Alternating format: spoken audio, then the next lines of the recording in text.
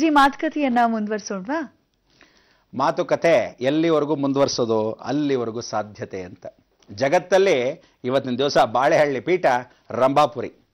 ಜಗತ್ತಲ್ಲಿ ಎಲ್ಲವನ್ನೂ ಹೇಳ್ತಕ್ಕಂಥವ ಮನುಷ್ಯ ಯಾರು ಅಂದರೆ, ಒಂದೊಂದು ಸಲಿ ಓಂ ಶಕ್ತಿ ಅಂದರೆ ಪರಾಶಕ್ತಿ ಅಂತೀವಿ. ಓಂ ನಮೋ ನಾರಾಯಣಾಯ ಅಂತ ಹೇಳೋ ಅಷ್ಟಾಕ್ಷರಿ ಮಂತ್ರದಲ್ಲಿ ಏಡುಕುಂಡಲವಾಸ ವೆಂಕಟರಮಣ ಗೋವಿಂದ ಗೋವಿಂದ ಅಂತೀವಿ. ಹೀಗೆ ಹರ ನಮ ಪಾರ್ವತೀಪತಯೇ ಹರ ಹರ ಮಹಾದೇವ. ಇವತ್ತು ಹರ ನಮ ಪಾರ್ವತೀಪತಯೇ. ಇಂಥ ಪಾರ್ವತೀಪತಿ ಹರ ನಮ ಪಾರ್ವತಿ ಅಂದರೆ ಜೀವನದಲ್ಲಿ ಆ ಶಕ್ತಿಯನ್ನ ಕೊಟ್ಟಿರ್ತಕ್ಕಂಥ ಜಗನ್ಮಾತೆಗೆ ವಂದಿಸುತ್ತಾ ಜೀವನದಲ್ಲಿರ್ತಕ್ಕಂಥ ಎಲ್ಲ ಭಕ್ತ ಮಹಾಶ್ರಯರ ಮುಖಾಂತರವಾಗಿ ಇಡೀ ಜಗತ್ತು ಸಾಧನೆಯಲ್ಲಿ ಧರ್ಮವನ್ನು ಎಂದೆಂದೂ ಉಳಿಸಬೇಕಾದ ನಮ್ಮ ಕರ್ತವ್ಯಗಳ ಮುಖಾಂತರವಾಗಿ ಧರ್ಮಪೀಠ ಅನ್ಸ್ಕೊಂಡಿರೋ ಬಾಳೆಹಳ್ಳಿ ಪೀಠ ರಂಭಾಪುರಿಗೆ ಮೊದಲಾಗಿ ಹೋಗೋಣ, ಮಾತಾಡೋಣ. ಬನ್ನಿ ವೀಕ್ಷಕರೇ.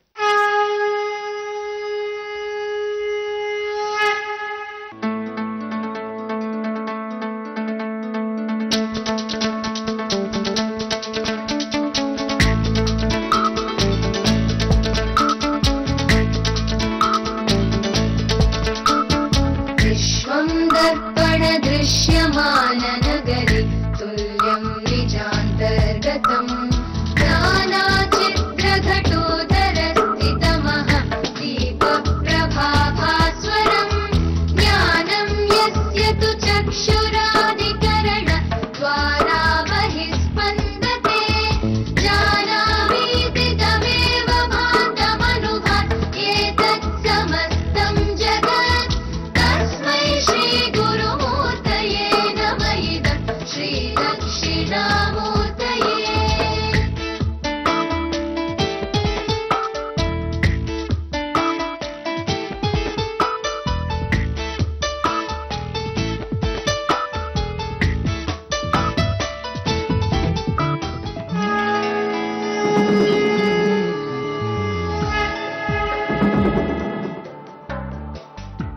ವೀಕ್ಷಕರೇ, ಇವತ್ತಿನ ದಿವಸ ರಂಭಾಪುರಿಯಲ್ಲಿ ವಿಶೇಷವಾಗಿರ್ತಕ್ಕಂಥ ಅವಧಿಯಲ್ಲಿ ಒಂದು ವಿಚಾರ, ಧರ್ಮಪೀಠ ಅಂದರೆ ಇಂತೆಲ್ಲ ಧರ್ಮಪೀಠಗಳಲ್ಲಿ ಎಲ್ಲ ಜಗದ್ಗುರುಗಳು ಸಹಕರಿಸಿರ್ತಕ್ಕಂಥದ್ದು ಬಹಳ ಮುಖ್ಯವಾಗಿರ್ತಕ್ಕಂಥದ್ದು.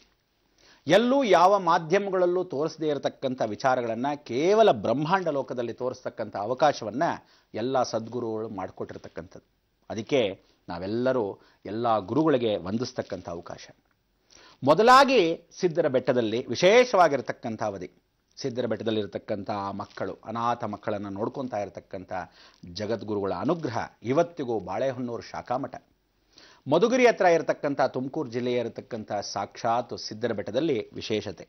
ತದನಂತರ ಶಿವಗಂಗೆ, ಜ್ಞಾನಗಂಗೆ, ಸಿದ್ಧಗಂಗೆ ಅಂತ ಮಾಡಿರತಕ್ಕಂಥ ಗುರುಗಳು.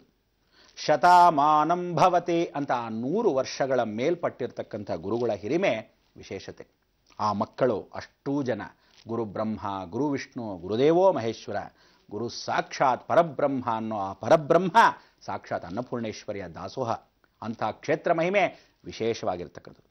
ನಿಜವಾದ ಮೊದಲನೇ ಕ್ಷೇತ್ರವಾಗಿರ್ತಕ್ಕಂಥ ನಂದೀಶ್ವರ ಕೃಪಾ ಕಟಾಕ್ಷವನ್ನು ಹೊಂದಿರತಕ್ಕಂಥ ಕುಪ್ಪೂರು ಮರಳಸಿದ್ಧ, ಮರಳಸಿದ್ಧ. ಇಂಥ ಜೀವನದಲ್ಲಿ ಸಿದ್ಧೇಶ್ವರನು ಅನುಗ್ರಹವನ್ನು ಕೊಟ್ಟಿರತಕ್ಕಂಥ ಮಹಾಕ್ಷೇತ್ರ, ಸಾಕ್ಷಾತ್ ನಂದೀಶ್ವರನು ಇರತಕ್ಕಂಥ ಏಕೈಕ ಗದ್ದಿಗೆ, ತಾನು ತನ್ನ ಗದ್ದಿಗೆ ಎರಡೂ ಇರತಕ್ಕಂಥ ಜೀವಂತವಾಗಿರ್ತಕ್ಕಂಥ ಇವತ್ತಿಗೂ ಅಂಥ ಒಂದು ಸಿದ್ಧಯೋಗ ಆ ಮಹಾಕ್ಷೇತ್ರ ಕುಪ್ಪೂರು ಕ್ಷೇತ್ರ. ಚಿಕ್ಕನಾಯಕಳ್ಳಿ ಹೇಳ್ತಾರೆ, ಅಮಾವಾಸ್ಯೆ ಶ್ರೇಷ್ಠ, ಸೃಷ್ಟಿ ಶ್ರೇಷ್ಠ, ನನ್ನ ದಾಸೋಹ ಶ್ರೇಷ್ಠ. ಇವತ್ತು ಅಂಥ ಶಿವಪೂಜೆಯನ್ನು ನಾ ಭೂತೋ ನ ಭವಿಷ್ಯತಿ ಅಂತ ಅಭಿಷೇಕ ಶ್ರೇಷ್ಠ. ಎಲ್ಲ ಗುರುಗಳ ಮುಖಾಂತರವಾಗಿ ಬಂದಿರತಕ್ಕಂಥ ವೀರಶೈವ ಕುಲ ಇವತ್ತಿಗೂ ಧನ್ಯ ಧನ್ಯ ಧನ್ಯ. ವಿರಕ್ತರಾಗಿರ್ತಕ್ಕಂಥ ವಿರಕ್ತ ಮಠದವರು, ಪಂಚಪೀಠದ ಜಗದ್ಗುರುಗಳು ಇಬ್ಬರೂ ಸೇರಿದಾಗ ಇಡೀ ವೀರಶೈವ ಕುಲಕ್ಕೆ ಎಷ್ಟು ಚೆನ್ನಾಗಿರುತ್ತೆ.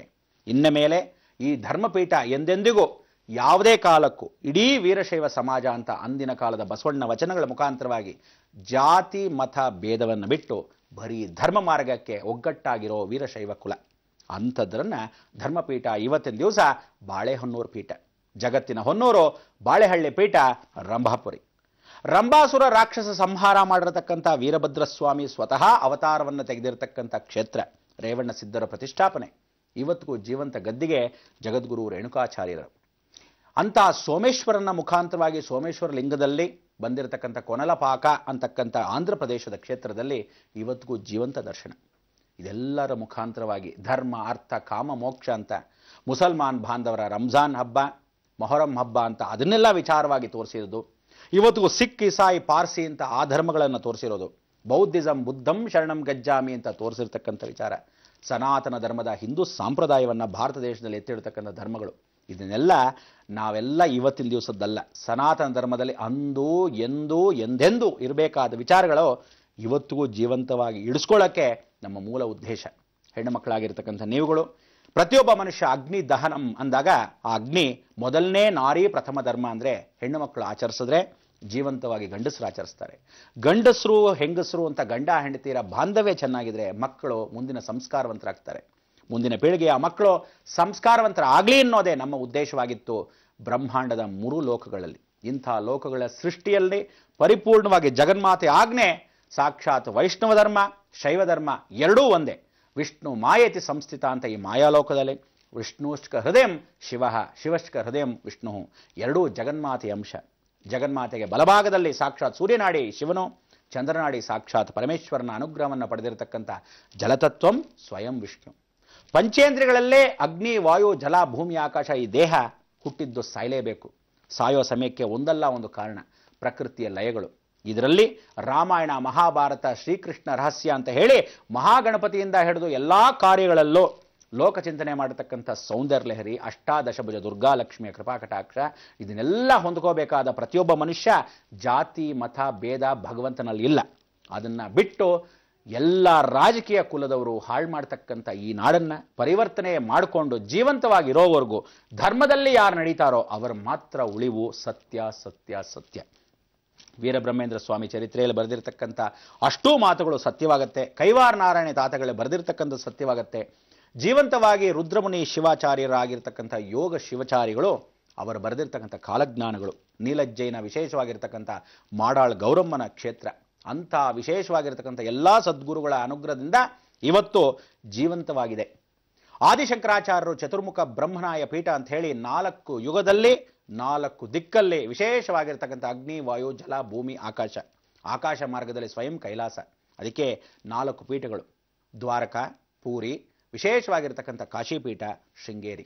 ಇದರಲ್ಲಿ ಕೂಡಲಿ ಶೃಂಗೇರಿ ಮೊದಲನೇ ಸಂಗಮ ನಿಲವಾಂಬೆ ಶಾರದಾ. ತದನಂತರ ಶಂಕರಾಚಾರ್ಯರ ಮುಖಾಂತರವಾಗಿ ಶಾರದಾದೇವಿ ಜಗದ್ಗುರುಗಳನ್ನು ವಿಶೇಷವಾಗಿ ವಂದಿಸುತ್ತಾ, ಬ್ರಾಹ್ಮಣ ಕುಲ ಅನ್ನೋದು ಜಗತ್ತಲ್ಲಿ ಬ್ರಾಹ್ಮಣ ಅನ್ನೋದು ಜಾತಿಯಲ್ಲ, ಜಗತ್ತಲ್ಲಿ ಬ್ರಹ್ಮಜ್ಞಾನವನ್ನು ಪಡೆಯೋದೇ ಬ್ರಾಹ್ಮಣತ್ವ. ಅದಕ್ಕೆ ಧರ್ಮಾರ್ಥ ಕಾಮ ಮೋಕ್ಷ ಅಂತ 4 ವೇದಗಳಲ್ಲಿ ಏನು ಹೇಳುತ್ತೆ ಅಂದರೆ ಋಗ್ವೇದಸ್ಯ ಬ್ರಾಹ್ಮಣ, ಯಜುರ್ವೇದಸ್ಯ ವೈಶ್ಯ, ಸಾಮವೇದ ಕ್ಷತ್ರಿಯ, ಅಥರ್ವಣ ಶೂದ್ರ ಅಂತ ಎಲ್ಲರಿಗೂ ಆಗದೇ ಇರೋ ಸೂರ್ಯ ಅರ್ಘ್ಯವನ್ನು ಬ್ರಾಹ್ಮಣ ಕುಲ ಇಡೀ ಜಗತ್ತಿಗೋಸ್ಕರ ಸೂರ್ಯ ಅರ್ಘ್ಯವನ್ನು ಕೊಡುತ್ತೆ. ಯಾರ ಕೈಯಲ್ಲೂ ಇಲ್ಲದೆ ಇರೋ ರಕ್ಷಣೆಯನ್ನು ಕ್ಷತ್ರಿಯ ಧರ್ಮ ಪರಿಪಾಲಿಸುತ್ತೆ. ಸಾಮವೇದ ಕ್ಷತ್ರಿಯ ಅಂತಕ್ಕಂಥ ವಿಚಾರವನ್ನು ಇಡೀ ವೈಶ್ಯಕುಲ ಅಂದರೆ ಇಡೀ ಜಗತ್ತಲ್ಲಿ ನಾವು ನೀವು ಎಲ್ಲ ನಂಬಿರ್ತಕ್ಕಂಥ ವ್ಯವಹಾರಸ್ಥರು ಅವರು ಸಂರಕ್ಷಣೆ ಮಾಡಿ ಧನಪ್ರಾಪ್ತಿಯನ್ನು ಕೊಡ್ತಾರೆ. ಎಷ್ಟೋ ಜನ ಶೂದ್ರಾದಿಗಳು ಅಂತ ದೂರ ತಳ್ಳಿರ್ತಕ್ಕಂಥ ಪ್ರತಿಯೊಬ್ಬನು ಇವನು ಮುಟ್ಟಬಾರ್ದು ಅವನು ಮುಟ್ಟಬಾರ್ದು, ಅವನು ಕೀಳು ಜಾತಿ ಅವನ ಮೇಲ್ ಜಾತಿ ಅಂತ ಹೇಳ್ಕೊಂಡಿರೋ ಜನವೇ ಹೌದೇ ಹೊರತು ಭಗವಂತ ಅವನು ಹೇಳ್ತಾನೆ 63 ಜಾತಿಗಳಲ್ಲೂ ಎಲ್ಲರೂ ನನ್ನದೇ ಆಗಿರತಕ್ಕಂಥ ನಾಯನ್ಮಾರ್ಗಳು, ಅವರೇ ನನ್ನ ಭಕ್ತರು ಅಂತ ಶಿವನು ಸ್ವತಃ ಇಟ್ಟಿದ್ದಾನೆ. ಎಲ್ಲ ಜಾತಿ ವರ್ಗದವರೆಗೂ ನಾನೇ ಸೃಷ್ಟಿಕರ್ತ, ಎಲ್ಲರಿಗೂ ಮೋಕ್ಷಕರ್ತನು ನಾನೇ ಅಂತ. ಆದ್ದರಿಂದ ಜಾತಿ ಅನ್ನೋದು ಇಲ್ಲವೇ ಇಲ್ಲ. ಜಗತ್ತಲ್ಲಿ 2 ಜಾತಿ, ಒಂದು ಗಂಡು ಒಂದು ಹೆಣ್ಣು. ಸ್ತ್ರೀ ಜಾತಿಯಲ್ಲಿ ಪ್ರತಿಯೊಬ್ಬ ಮನುಷ್ಯ ಇವತ್ತಿಗೂ ಧರ್ಮಸಾರದಲ್ಲಿ ಏನು ಹೇಳುತ್ತೆ, ಯಾವತ್ತಾದರೂ ವೈದವ್ಯ ಜೀವನ ಬಂದರೆ ಅವಳನ್ನ ತಾತ್ಸಾರದಿಂದ ಕಾಣಬಾರ್ದು ಅನ್ನೋ ವಿಚಾರ.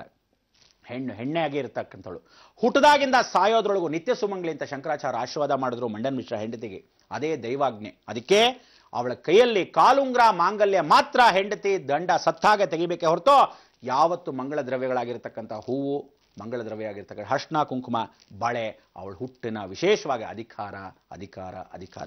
ಆದ್ದರಿಂದ ಯಾವತ್ತೂ ಅವಳು ನಿತ್ಯ ಸುಮಂಗಲಿ ದೀರ್ಘ ಸುಮಂಗಲಿ ಅನ್ನೋದೇ ಭಾವನೆ. ಯಾವತ್ತೂ ಒಂದು ಮಗುನ ತಾಯಾದವಳು ಮಗು ಕೈ ಮುರಿದೋಯ್ತು ಅಂತ ಬಿಸಾಕಲ್ಲ, ಯಾವುದೇ ವಿಗ್ರಹ ಭಿನ್ನವಾಯಿತು ಅಂತ ದೇವರನ್ನ ಬಿಸಾಕಲ್ಲ. ಅಂಥದ್ರಲ್ಲಿ ಪ್ರತಿಯೊಬ್ಬ ವೈದವ್ಯ ಜೀವನವನ್ನು ತಾತ್ಸಾರದಿಂದ ಕಾಣಬಾರ್ದು ಮನುಷ್ಯ ಕುಲ ಅನ್ನೋದು ಈ ವಿಚಾರವಾಗಿ ತಿಳಿಸ್ತಾ ಇದೆ.